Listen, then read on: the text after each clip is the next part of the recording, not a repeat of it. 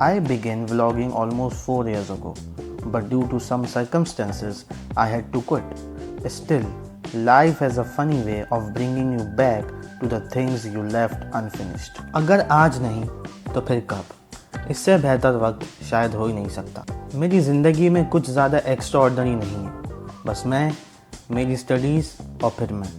एक medical student से आप क्या ही एक्सपेक्ट कर सकते हो, लेकिन मुझे लगता है आप लोगों के साथ ये जर्नी और भी खूबसूरत हो सकती है। उम्मीद है ये सिलसिला अब रुकेगा नहीं। तो दिसंबर में वीज़ा की इशू की वजह से मुझे वापस पाकिस्तान आना पड़ा। वैसे तो मैं हर साल 3 महीनों के लिए पाकिस्तान वापस आता हूँ, लेकिन इस दफ़ा सिचुएशन थोड़ी डिफरेंट थी। बड़ी मुश्किल के बाद मेरा टेलिक्स आया। खैर टेलिक्स आते ही मैंने PIA सेम डे डिलीवरी के थ्रू 8,000 में अपना पासपोर्ट और टेलिक्स इस्लामाबाद भेज दिया।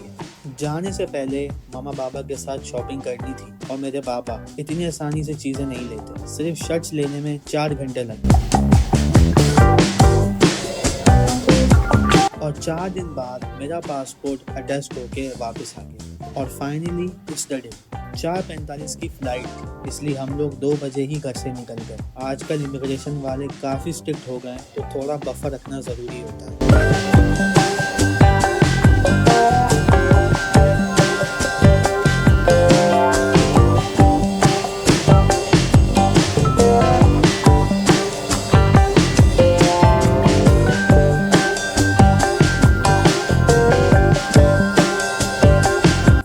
टेक्निकली 4:30 बजे उड़ गए और शाम 6:25 तक मैं दुबई एयरपोर्ट पहुंच गया। लेकिन जर्नी यहाँ ख़त्म नहीं हुई। मुझे ताशकंद की कनेक्टिंग फ़्लाइट लेनी थी और उसके लिए दूसरे टर्मिनल जाना पड़ा। फिर मगरिब का टाइम हो गया।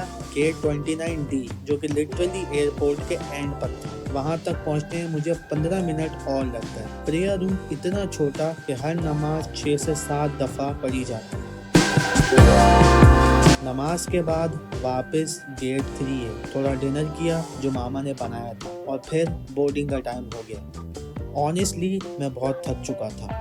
प्लेन में बैठा और बस सो गया। ताशकंद पहुंचते ही नेक्स्ट चैलेंज मेरा वेट कर रहा था।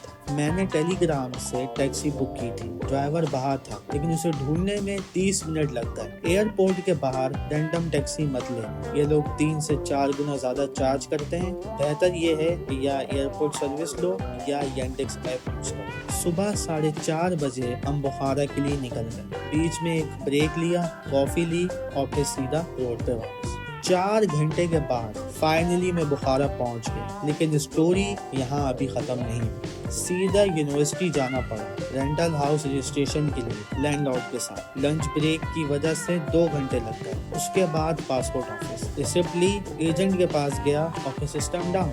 1 घंटा वेट किया। फाइनली रजिस्ट्रेशन पेपर मुझे मिल गया। तब तक शाम के 7 बज चुके थे। मैंने बस एक लवाश लिया और सीधा घर। उसके बाद मैं कुछ नहीं कर सका, बस सो गया।